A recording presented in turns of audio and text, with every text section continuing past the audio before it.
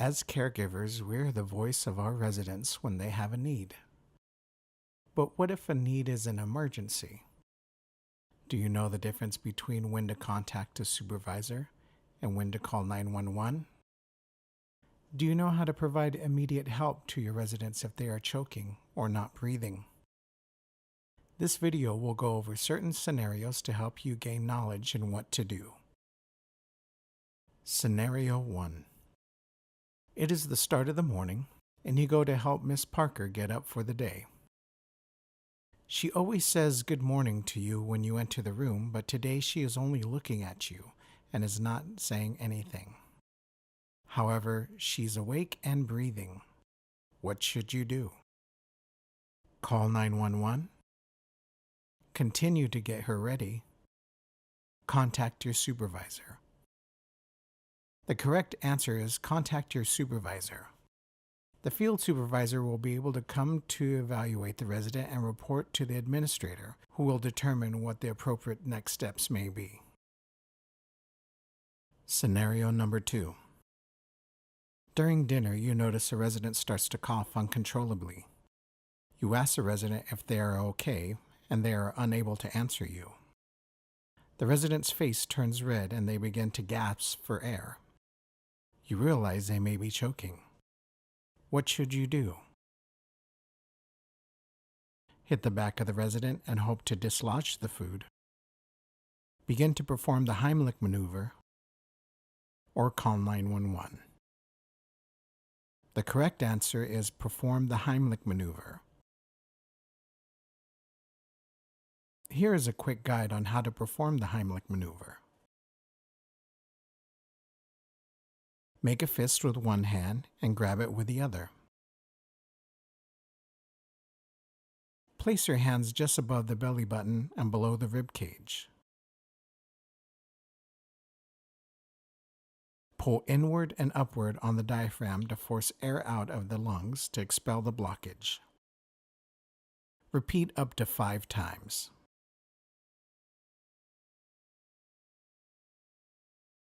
If the Heimlich is successful, you should still report the incident to the executive director.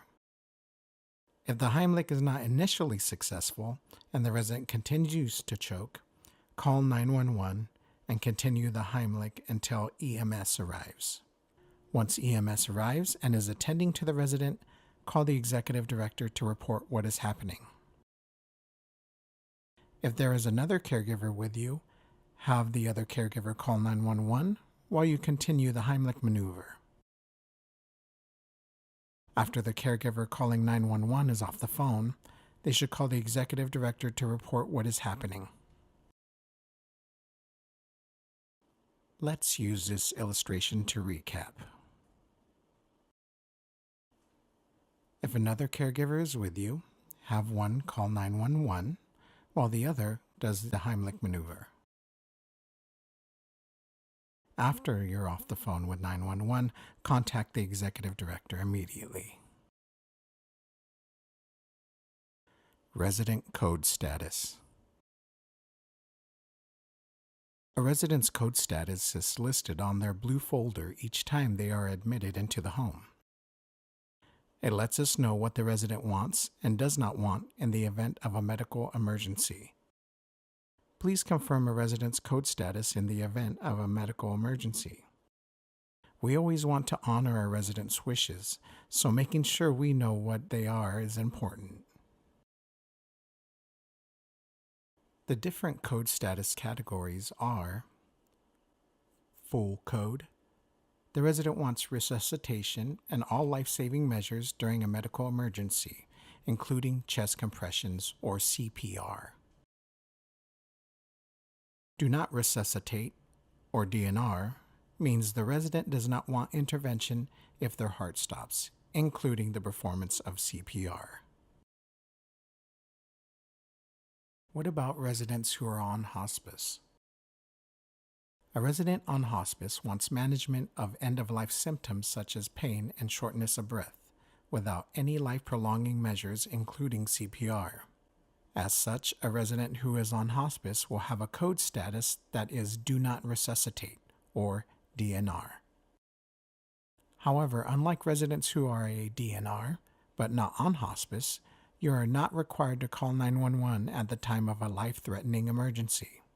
Instead, for hospice residents, please report changes of condition, including any emergencies, so that the hospice agency may be notified. Scenario number 3. You go to check on Mr. Reyna during your afternoon rounds. You notice him on the floor and is unresponsive. You check for a pulse and notice he has not taken a breath in the past 10 seconds. What should you do? Call 911, perform CPR, go to the medicine closet and check the label on the resident's blue folder to confirm their code status and take action accordingly, or contact a supervisor. In this instance, the answer is all 4. Immediately call 911, go to the medication closet, check the label on the resident's blue folder to confirm their code status. Be sure you're looking at the correct resident's folder. If the resident is a full code, it is appropriate to perform CPR and continue performing CPR until EMS arrives. If the resident is not a full code, do not perform CPR.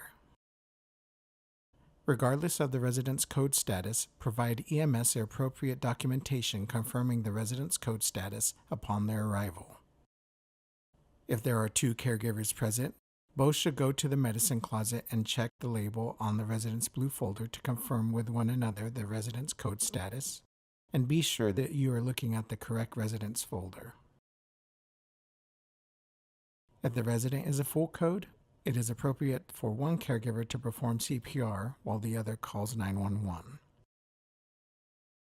Once started, CPR should continue until EMS arrives. If a resident is not full code, do not perform CPR. Wait until EMS arrives and inform EMS of the resident's code status and provide them the appropriate documentation confirming the resident's code status.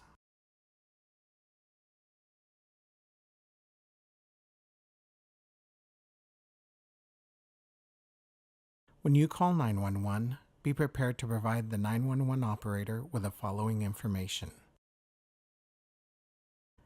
Let the operator know that you are calling from a residential care facility and provide the address of the home. It would be helpful to let the operator know that the address is a residential address.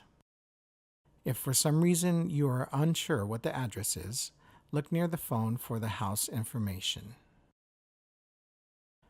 Provide a brief description of the resident you're calling about and state the nature of the emergency, including injuries or symptoms being experienced and where in the home the resident is currently located. For example, I'm calling about an 85-year-old female who is not breathing.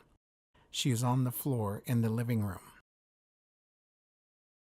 Do not attempt to diagnose what is going on with the resident, as none of us are a licensed medical professional. For example, do not say, "I believe the resident is having a heart attack." If the 911 operator instructs you to perform CPR, you may do so unless a resident is a DNR.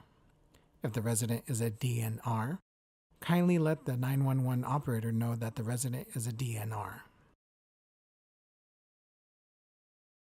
The 911 operator may ask you to gather the resident's medications. You should acknowledge the operator's requests, but you do not need to gather the resident's actual medications. Instead, you need to be prepared to provide the resident's medication list to EMS upon their arrival. Answer any other questions and follow any other instructions the 911 operator may have while you wait for EMS. Do not hang up the phone until the 911 operator instructs you to do so. In addition to providing the resident's medication list to EMS upon their arrival, you will also need to be prepared to provide EMS all of the following for the resident: